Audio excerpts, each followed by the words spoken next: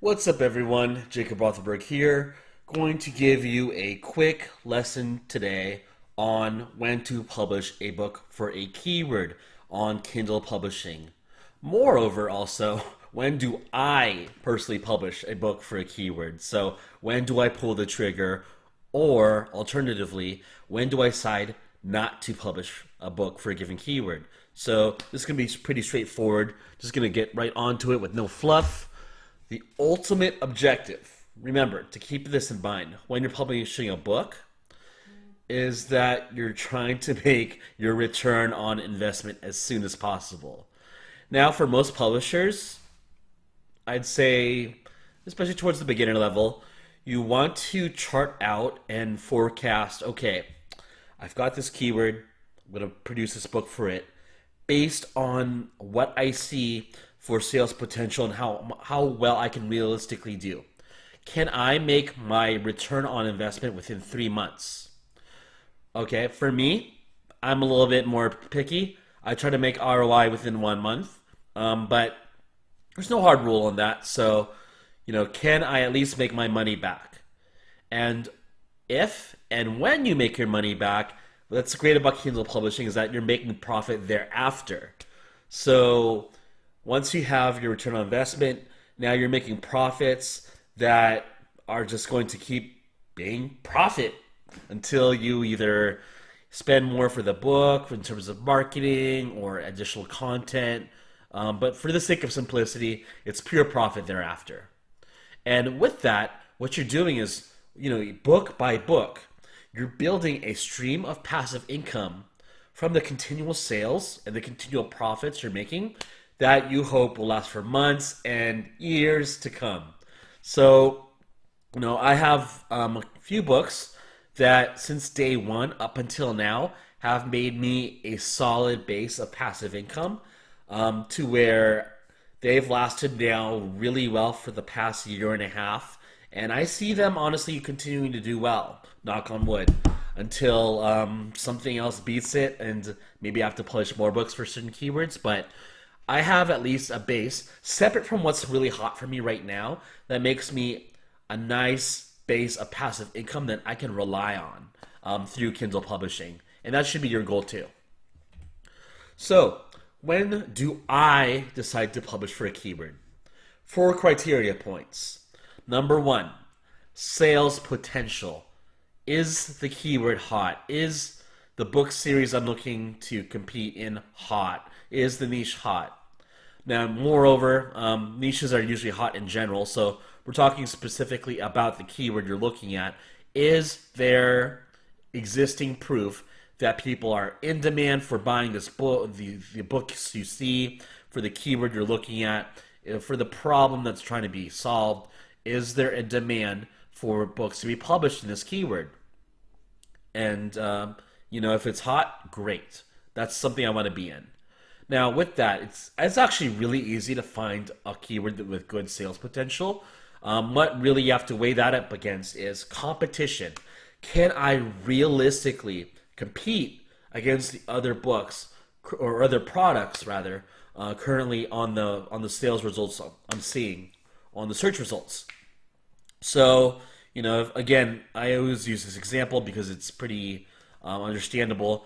Okay, if I'm doing a general book on self-help, how likely is it really that I'm going to be able to compete against Tony Robbins and the multitude of other, high established, decades long running reputation of self-published, self-help authors? Probably not. But now on the flip side, if I'm competing against books that don't have too many reviews, maybe they're subpar quality and they're done by self-published authors that just don't do a good job, while having a good sales potential too, is that something I want to compete against? Yes, that right there, these first two factors, sales potential, is it hot, and competition, can I compete? For most people, will be about 80% of the equation with whether you should publish for a keyword. In terms of, at the beginner stage of simplicity, sales potential, competitiveness, like weigh it as a scale. Now, with that, the last 2 points are more so my criteria at my level, but this is something I look at, and maybe you want to like get the heads up too. I think these last 2 points are um, more for someone that's maybe looking to make over 1,000 a month, maybe even 500 a month. But especially the last point, that's important. But I'm just gonna say it now. The royalty amount that I can make. Can I make a decent amount of money per royalty sale for this product? So, yes, for ebook, I always, unless I'm doing a bundle, I always sell my ebook at either 99 cents or 2.99. For a bundle, sometimes I'll sell for 3.99, 4.99, etc. But again, I've talked about this in other videos. I don't make my money from ebooks. I make maybe what 5% of all my sales from ebooks. The real money makers for me, royalty wise per sale, are paperback and audiobook. So for paperback, I'm looking to see, and I know this from experience too. Okay, if I publish a book that will cost me $5 to produce, can I still be able to sell it for $20 and make maybe a $10 to $12 royalty? Because let me tell you right now, it is much easier making money per royalty than it is to play the volume game on Amazon. So what I mean to say is that it's easier selling 10 books and making a $50 royalty from them instead of selling 500 books in a day for a $1 royalty. Believe it or not, selling fewer for more sales per royalty is an easier game to play. So that's what I focus on. If I can just sell like even 2-3 books of something that'll make me a $10 royalty, great. That's great. That's $30 a day. You know, you can, that's, and you know, to multiply that out, that's $900 a month, almost $1,000 a month. That's perfect. That's exactly what I'm looking for. And with audiobook, that's emerging too as a market, and it's hot right now. Granted, you can't control per se the price that it's listed at, but you can control the duration of your audiobook with the word length and the word count. So that's a good stream of income too. And last, and this is important too, even if you're starting out, but what I look at too, is there any potential for me to build a brand? Can I publish more than one book for this keyword? Can I have room to scale up and, you know, take over or even dominate this keyword, this niche that I'm in? Because if I'm publishing something that is a success for me, why don't I compound that success and publish another book and maybe even another book, solving a different set of problems for the same keyword maybe that my audience would be looking at. So, and that's something. The last point right here. This is a mentality and an approach to Kindle publishing that will ultimately take you to the 10,000 per month level. Like I have all the techniques. I don't want to brag, but of everyone that you watch on YouTube for Kindle publishing, I am probably one of the top guys as far as a technical level of like tricks and tips and, you know, approaches that I take with everything you see on Amazon and KDP and AMS.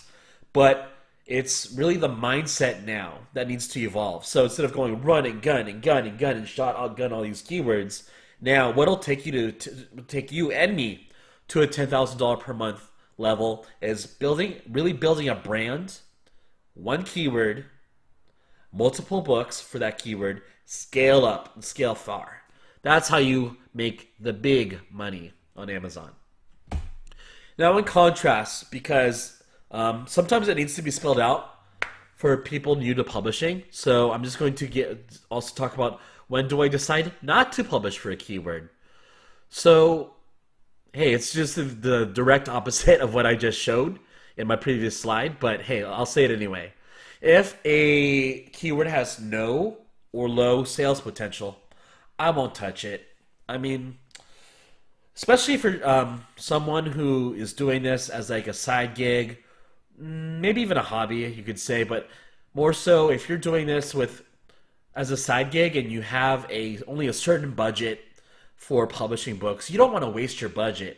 So why would you want to spend capital on something that will maybe take 6 months to a year for your return on investment when you can find another keyword that can make you ROI in 3 or 4 weeks? So I personally don't touch keywords with low sales potential. I try to go for the overhand right hooks with my keywords. And it's actually not a right hook. It's hooks are left, right cross. Well, okay, never mind. Anyway, also too much competition.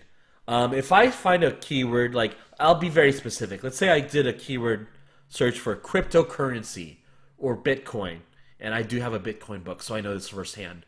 There's already right now, as of October 2018, there are existing books of ultra high quality, published by real authority figures with tons of reviews in such a saturated market. I would not want to publish a book on Bitcoin right now in October 2018. Now, had this been July 2017, that would have been fine. I've done it. I made money. But ultimately, competition ramped up for something as popular as cryptocurrency. Now, there's too many authors. The publications are really, really good, and it's just too saturated. So for a keyword like that, I won't touch it. Not anymore. Last, I'm just being nitpicky here, but this is my style. So I actually, believe it or not, don't touch keywords with like a $5 list price usually. So the exception would be like my yo-yo book, where, you know, when it's off season, I'll list price it at $5.40 or so. But when it's on season, I'll still sell it for like $8. And for a book like that, it's the exception to the rule where you have to price it low and you have to play the volume game. But 95% of the time nowadays, I don't touch keywords with a $5 list price. More so for paperback. So, because I know the math on the royalty structure of KDP, if I'm only making like 75 cents or even $1 per sale, okay, it would take me 10 sales of a book to match a book that I have that makes $10 per royalty. And it's if you've been in this game for a while, you know this. It is really hard to sell 10 copies of one book per day consistently on Amazon, unless you just hit it out of the park, okay? And I have done that too. I've sold as many as 50 titles in one day for one book. So I've done it, but it's not easy to sustain consistently. So this really applies to also like no content keywords like journals, diaries, logs. Like, hey, if you're able to make a super high output and publish like 40 journals in a month, that approach could work. But like if you're doing 2 or 3 journals in a month and you're selling it for $5 each, how are you going to make money? It just doesn't make sense. So I play for the big game. I look for keywords that are hot, that I can still compete in, and that I can still charge enough for that I make $10 to $12 per royalty on the paperback and $4 to $8 on the audiobook. So that's it, guys. I want to keep these lessons short as I'm going to be doing a lot of them, and there's a lot of content for you guys to watch over the next few weeks, months, hopefully. So I'm going to cut it here. Any questions, guys? Smash the subscribe button. Smash it. Leave a comment below, and I'll be sure to get back to you. Until then, next time. Later.